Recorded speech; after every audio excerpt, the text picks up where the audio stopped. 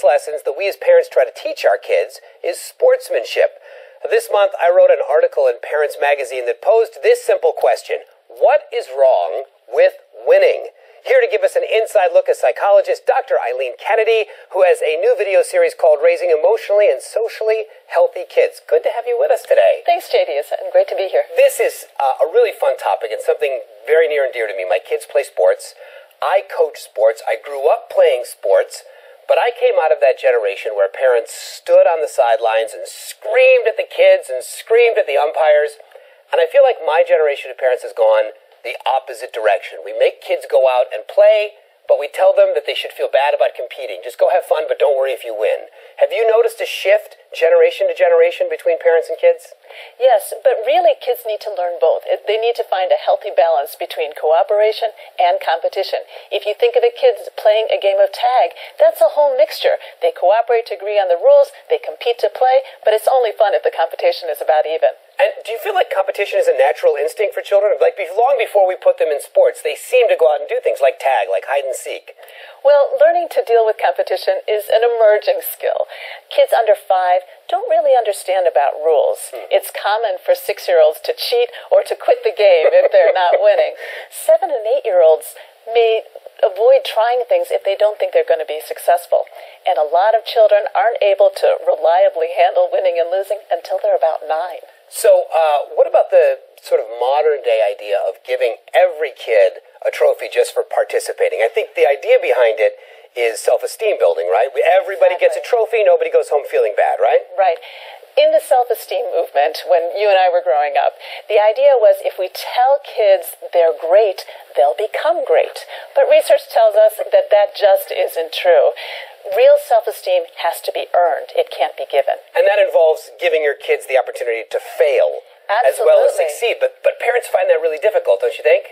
Right, but kids need to learn that the sweetest victories are the ones that are hard-earned. Absolutely. Now, we put this out there to our Facebook fans. We had one follower who sent us a really interesting question, and here it is. The question was, I find myself treating my daughter and son differently when it comes to sports. I am harder on my daughter. I'm more on her to focus and try harder and push herself. Even when my daughter was the age my son is now, I was harder on her. Am I doing damage to her and my son? Are girls and boys truly that different? And the question was asked by Stacy, who joins us now. Stacy, thank you for being here. Thanks for having me. So this is a really interesting question, and Dr. Eileen, I'll put it over to you. Is it normal for moms, in particular, to be harder on their daughters than they are on their sons? Well, I think it depends on the individual child. We see 3 main problems that kids have with competition. Some kids are overly competitive and they'll elbow anybody aside to win, and that tends to cause peer problems. Some kids are tender-hearted and they just feel crushed if they lose. And some kids need to be encouraged to compete, to win, because they're afraid of competition. Where does your daughter fall in that trio of possible personality types? She's got a pretty kind heart, so it was a little hard for her to be, she's in lacrosse, so she didn't know how to get in there and really get the ball and be competitive.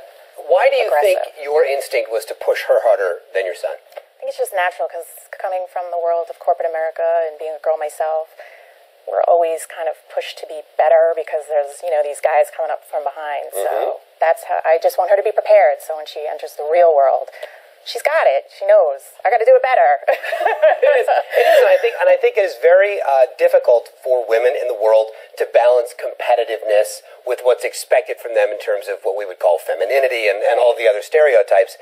Is that common? Do you find that girls maybe shy away from competition when they're younger? Definitely, although there are cultural differences, but mainstream white America, girls are supposed to be nice. And how do you reconcile being nice with going out there and trying your hardest? So what is the balance? Because I think obviously the ideal is that we would all teach our kids to play hard, to compete, but also to be decent and to be kind and to be gracious both in victory and in defeat, right? So how do we teach those lessons? I mean, that's what it boils down to. We want that. How do we get there? Well, we can emphasize being kind and not cheating and being respectful of other people, but we also want to help them to compare themselves to their selves. So beat your own record, improve on your skills, learn better strategies, and that's a way to grow. Stacey, now looking back at how you've handled your son and your daughter, do you feel good about how they developed competitively at this point? I think so. I think she knows the balance. She's getting there. She's only going to be 8, but she'll get it. It's a work in progress for all of us. Always, Ladies, thank you so much. Great to have you with us. For more tips from Eileen on how to encourage healthy competition, go to bettertv.com.